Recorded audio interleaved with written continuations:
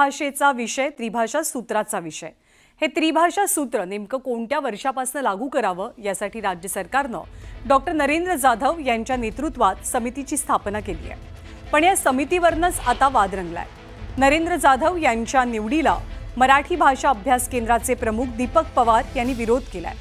अर्थतज्ञ नरेंद्र जाधव यांनी बाल शिक्षणाबाबतच्या समितीत काम करणं चुकीचं असल्याचं मत दीपक पवार व्यक्त करतात।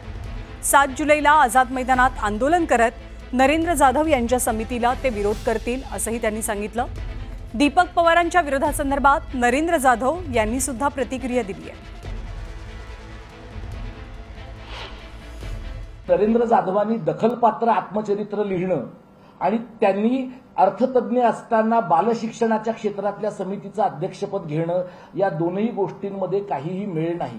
खरं तर नरेंद्र जाधवांनी स्वतःहून या प्रकारच्या समितीचं अध्यक्षपद मी घेणार नाही असं स्पष्टपणे सरकारला म्हणायला पाहिजे होतं। पण कोणत्या दडपणाखाली कोणत्या कारणाने त्यांनी ते स्वीकारलं याची आम्हाला कल्पना नाही। त्याची कारणं काही असतील। डॉक्टर नरेंद्र जाधव यांच्या समितीला आमचा पूर्ण विरोध आहे। नरेंद्र जाधव हे बालशिक्षणाचे तज्ज्ञ नाहीत, ते उच्च शिक्षणाचे तज्ज्ञ आहेत का हे त्या क्षेत्रातल्या मंडळींना तुम्ही विचारा।